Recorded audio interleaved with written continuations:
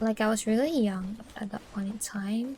Not really young, but I was like maybe 13, 14. Not baby age, but like still a little bit dumb, I would say. So my parents are smokers. So they sent us up to our room, told us to go back to the room ourselves, like me and my sister, because my sister really needed to pee. I was very oblivious, I think. I was like sending telebubbles to my friends and everything. I didn't realize that someone was following us. I got annoyed when we reached like our door and my sister refused to go in because I was like, we literally came up ahead of our parents because she needed to come back to the room to pee. But now she's saying she doesn't want to go in. So I was like annoyed. And she didn't like tell me or like hint at us being followed or anything. So I was really just unaware. So this guy followed us up. He jammed our door because it was like the door closed. The door was really heavy. It closed like really slowly and we couldn't shut him out in time. So he managed to jam our door and like sort of hold us there, right? For a good moment, he kept asking like, do you know like this person? And I was like, this person's a ghost. And the worst part is like, I think he's a smoker, right? You know, like smokers have that smell of cigarettes in their breath. And I think he was like that avid of a smoker that he lost his teeth. So he didn't have his two, like most of his teeth weren't present. So I couldn't really tell what he was saying because air was leaking out from his teeth every time he spoke. So I couldn't really make out what he was saying. It was just a lot. I was really scared because I thought he was a ghost. I thought I was getting haunted. And I was really scared.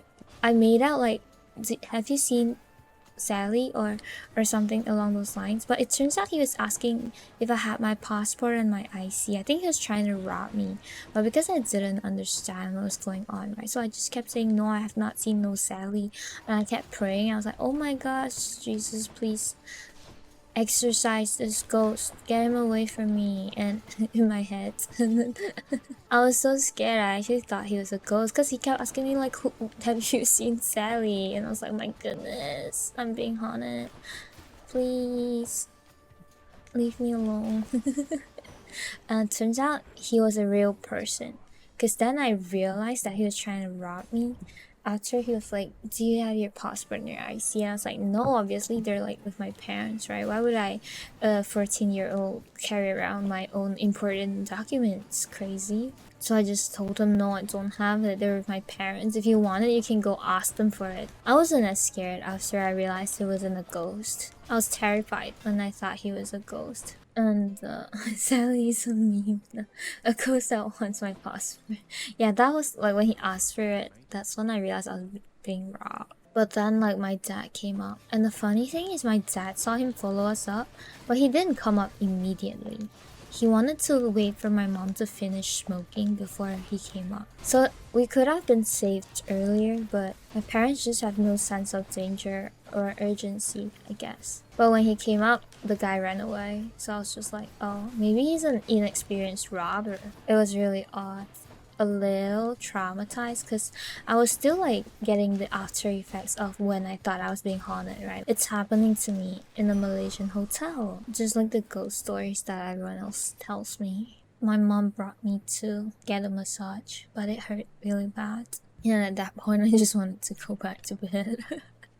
Maybe he had kids of his own and he didn't want to. Maybe. It was just a very odd man. And it's the fact that my sister didn't tell me that she saw someone was following us. Ever since then, I've learned you have to come up with like a safe word and like a way to let me know if you feel like we're in danger. You can't just like pretend you don't want to go back home. I'm not gonna understand that.